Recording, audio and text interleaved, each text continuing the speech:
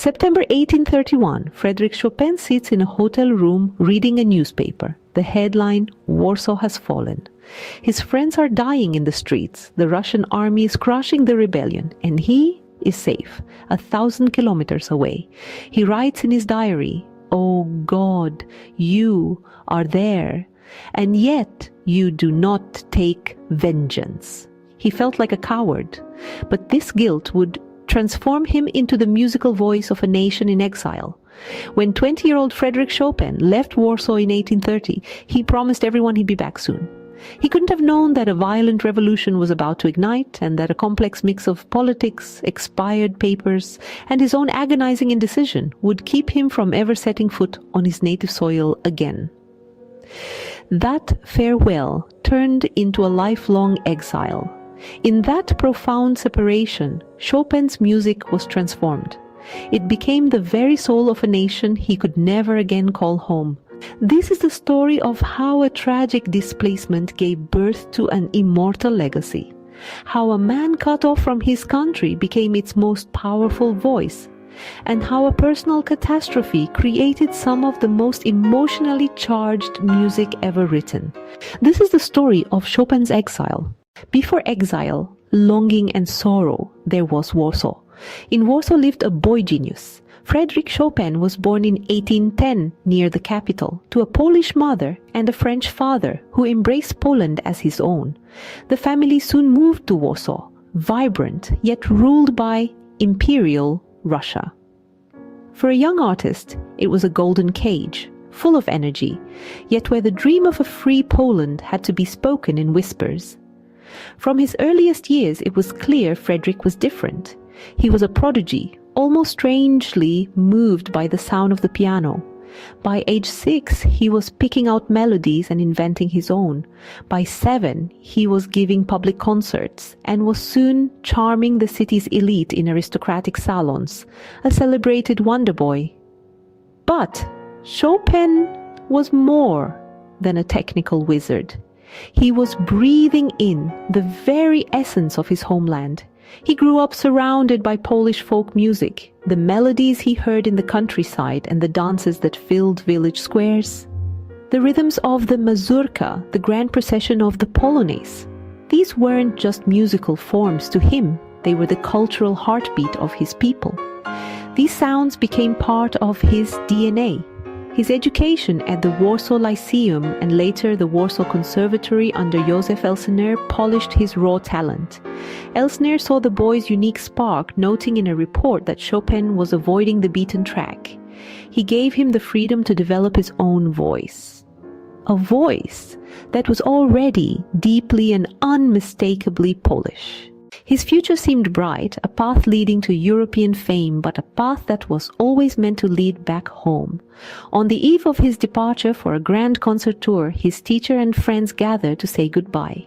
In a now famous gesture, they presented him with a silver cup filled with Polish soil, so a piece of his homeland would always be with him. On November 2nd, 1830, he set out for Vienna, promising to return. History had other plans. He was stepping out of the golden cage and straight into the storm. Then, just 3 weeks after he left, his world shattered. But on November 29, 1830, the November uprising erupted in Warsaw. A group of young military cadets led an insurrection against Russian rule, a desperate, heroic attempt to reclaim Polish independence. As soon as the news reached Vienna, Chopin's traveling companion Titus rushed back to join the fight. Chopin was left alone, torn. Should he go back and fight? Or should he listen to his family, who begged him to stay abroad and serve Poland with his music? The impact on Chopin then was cataclysmic. His private journals from this time, the Stuttgart Diary, are a raw torrent of anguish and fury. "Oh God," he wrote, "you are there, and yet you do not take vengeance." He imagined the horrors unfolding in his beloved city, the street fighting, the subjugation, the deaths of his friends. The fall of Warsaw was more than a political event. It was a profound personal trauma. This was the moment his temporary trip became a permanent exile. The path home was now closed to to him blocked by czarist decrees and a passport he couldn't renew. Being separated from his family and country felt like a kind of death. In his letters, he described a gloomy harmony that arose within him. That gloomy harmony would become the new source of his music. The brilliant prodigy of Warsaw was gone, consumed by the grief of a nation and the personal sorrow of a man who could never go home again. From the ashes of that despair, a new Chopin was born. He made his way to Paris, not as an ambitious artist on tour, but as an émigré, one of thousands of Poles fleeing the brutal repression in what became known as the Great Emigration. Following a hit debut concert in 1832, he was embraced by the Parisian elite. His genius at the keyboard, mixed with his elegant manners and melancholic charm, made him the darling of the city's exclusive salons. He became one of the most in-demand piano teachers in Paris, earning a handsome income that freed him from the strain of large public concerts, which he famously disliked. He much preferred the intimate setting of a salon where he could improvise for friends and admirers. On the surface, his life was a spectacular success. He was famous, financially secure, and surrounded by the greatest artists of his day. But underneath this polished Parisian veneer, his heart and his conscience were always in Warsaw. He never felt entirely comfortable speaking French. In his soul, he was always a Pole. Paris was his home, but Poland was his homeland. This duality defined him. He found a surrogate Poland in the city's large community of Polish exiles. And his music became a symbol of national survival, a rallying point for the displaced. This profound sense of loss was a deep, constant current running beneath his life. It was a feeling the Poles call żal, a complex, untranslatable word that blends nostalgia, grief, sorrow, and a quiet, simmering anger. This emotion became the soul of his music. The brilliant style of his youth deepened into something far more complex and emotionally shattering. His personal life was just as turbulent. He had a heartbreaking end to a promising romance with a young Polish woman, Maria Wojcinska. Then, in 1836, he met the person who would dominate the next chapter of his life. The unconventional and brilliant writer, better known as George Sand. Their romantic relationship began in 1838, a fascinating clash of opposites. He, the delicate, reserved pianist; she, the cigar-smoking, trouser-wearing feminist novelist. For the better part of a decade, they were a couple, spending long creative summers at her country estate in Nohant. Under Sand's care, Chopin had some of his most productive years, creating many of his greatest masterpieces. The relationship gave him a sense of stability in a life cut loose from its anchor, but it was also filled with tension and drama, and it ended in a bitter breakup that left him devastated. Through all the fame, the friendships, the love, and the heartbreak, the central tragedy of his life remained his exile. He carried Poland with him every single day, at the piano. Every composition became a vessel for his memory, a conversation with homeland. He could see only in his dreams. The most explosive example is his Etude in C minor, Opus 10, number 12. Composed around the time he learned of Warsaw's fall, the world knows it as the revolutionary Etude. This is no mere finger exercise. It's a blast of musical fury, the direct result of the guilt and rage he poured into his Stuttgart diary. The torrent of notes in the left hand feels like an unstoppable wave of anger at his own powerlessness, while the right hand hammers out a defiant, majestic theme. It's the sound of a man watching his world burn from afar. His Polonaise also transformed. Before, the Polonaise was a stately, courtly dance. In Chopin's hands, it became a heroic epic. Listen to the Polonaise in A-flat major, Opus 53, the heroic. This isn't music for a ballroom. This is the heroic action he couldn't take himself. Many hear it as the sound of charging cavalry and flying banners, a vision of a free, powerful Poland forged in the soul of an exile who felt anything but heroic. But perhaps the most intimate expressions of his homesickness are his mazurkas. He wrote nearly 60 of these little pictures. He took this simple folk dance from the Polish countryside and turned it into something deeply personal and emotionally complex. The mazurkas are like pages from his diary, filled with the unique rhythms and melodies of Polish folk music. They are drenched in that feeling of żal.